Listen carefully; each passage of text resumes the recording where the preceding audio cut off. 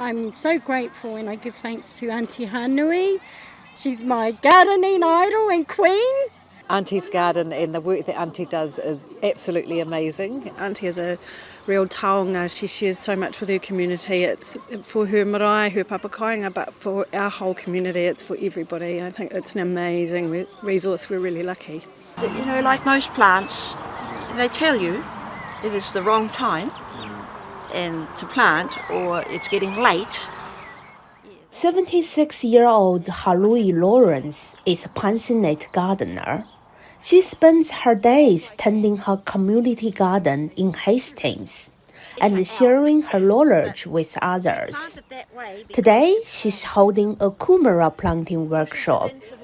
Well, I've grown kumara all my life, from the tipu propagation to the planting to the nurturing to the harvesting. All my life, because my parents grew kumara, paddocks full, this whole paddock full of kumara.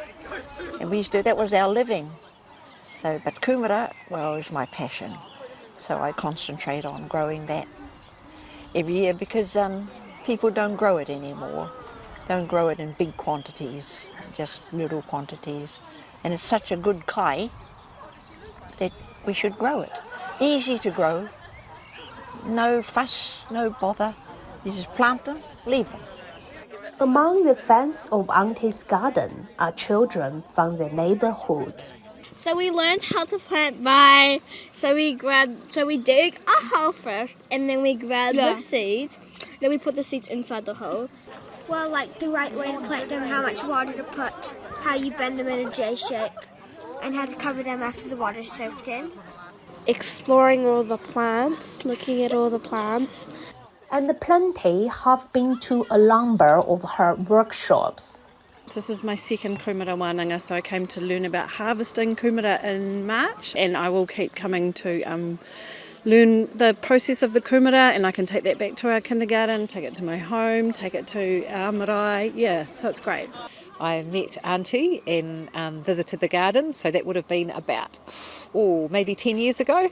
From the first workshop when we were harvesting the kumara, I kept them over winter and I have cut them in half and I've been growing the tipu from my windowsill at home. So it's already, now I know what to do. I've been waiting for this workshop. Everyone took different jobs to help in planting the kumara. It's a great resource, very inspiring. Around 70 people came along to learn more about Kumara. The popularity of her gardening workshops still surprises Hanui. I didn't expect so many, but that's wonderful. And I'm sitting here thinking, how am I going to do this? So it was done perfectly. I gave each of them a bunch of kumara and everyone had a go. I might have planted one or two or more and showed them how to do it, and away they went. Some better than others, some take notice. The garden idea began 20 years ago. Gradually, Hanui converted the paddock next to her marae into a community garden, and it opened to the public in 2010. Growing things is very common sense. You can learn it from a book. Well, I don't learn it from a book. I learn it from doing. I learn by watching other people. I learn by sharing, from others, how they do things. I thought of the housewives, like me, maybe you, would come to the gate with your basket in the supermarket where you go around, and pick your own beans, cut your own lettuce, pick your herbs. It's just good. Then you go and pay for the koha box.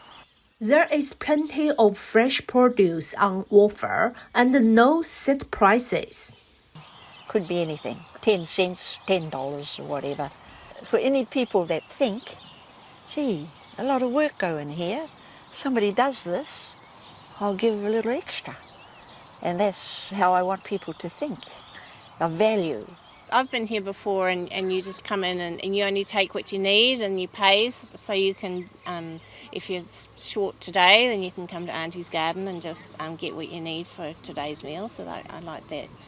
For locals, Auntie's garden is an affordable and accessible place to get organically grown fresh kai. The cost of seeds and fertilizer comes from funding and donations. If I get a bit of surplus, yeah, I might pay me something, but it's all right. It's not about the money. I just love doing it. Just love growing things and like to see them grow. And this land is part of the reservation, and it's non-rated, so therefore we're given the land to use by the owners for this purpose. You know, it helps everyone. The marae, the owners, the whānau, it's for everyone. Hanui spends most of her time working in the garden, but there's plenty of help too, from family members, church friends, Department of Corrections workers, and other volunteers. I have help from time to time. They come on a Saturday morning, an hour's work. You can do so much in 1 hour. We need to come down and we have to help Auntie. She's not getting any younger, and like she says to me, when I'm done, I'm done. You know, not just come and take. We need to be giving. Auntie's garden has had visits from former Prime Minister John Key and Jacinda Ardern. Hanui has also been awarded a Queen's Service Medal.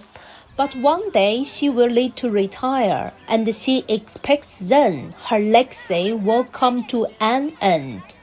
Well, sometimes I feel sorry for him because he works hard. I'll be telling him to give it up.